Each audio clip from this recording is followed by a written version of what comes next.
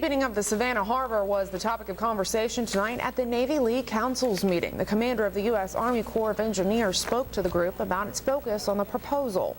The Savannah Harbor expansion project will deepen the Savannah River from its current 42-foot depth to 48 feet. And tonight, Colonel Jeffrey Hall spoke with the group about the engineering, environmental, and economic issues related to the project.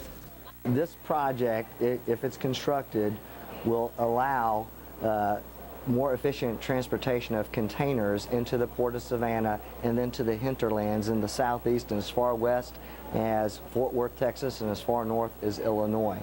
And along with that, it will generate an average annual net benefit to the nation of $116 million.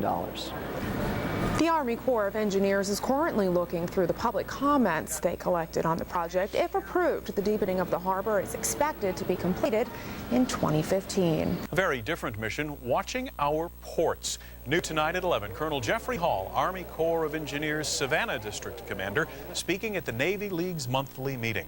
The topic, deepening the Savannah Harbor.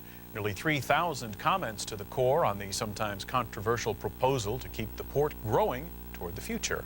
This project, if it's constructed, will allow more efficient transportation of containers into the Port of Savannah and then to the hinterlands in the southeast and as far west as Fort Worth, Texas, and as far north as Illinois.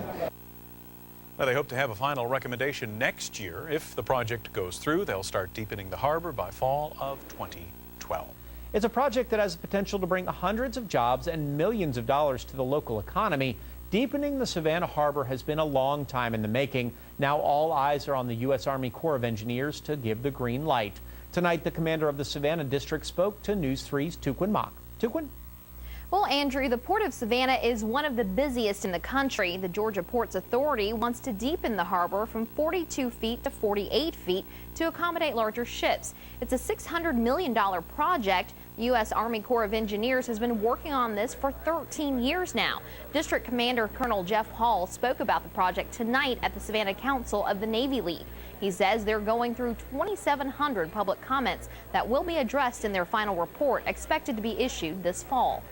The environmental challenges and then our mitigation plans. We've got comments on the engineering features of the channel. We also got comments on the economics piece of it, and then we also got roughly 800 comments that were extremely positive to support the project. Now, the Army Corps of Engineers says the harbor expansion will make it more efficient to transport containers into the port and on to places as far as Texas and Illinois. Hall says after studying container traffic along the East Coast, the estimated growth in container traffic means the nation needs to work quickly at improving our ports. We projected a 6% growth, and in 10 years' time, that would grow to 17 million TEUs.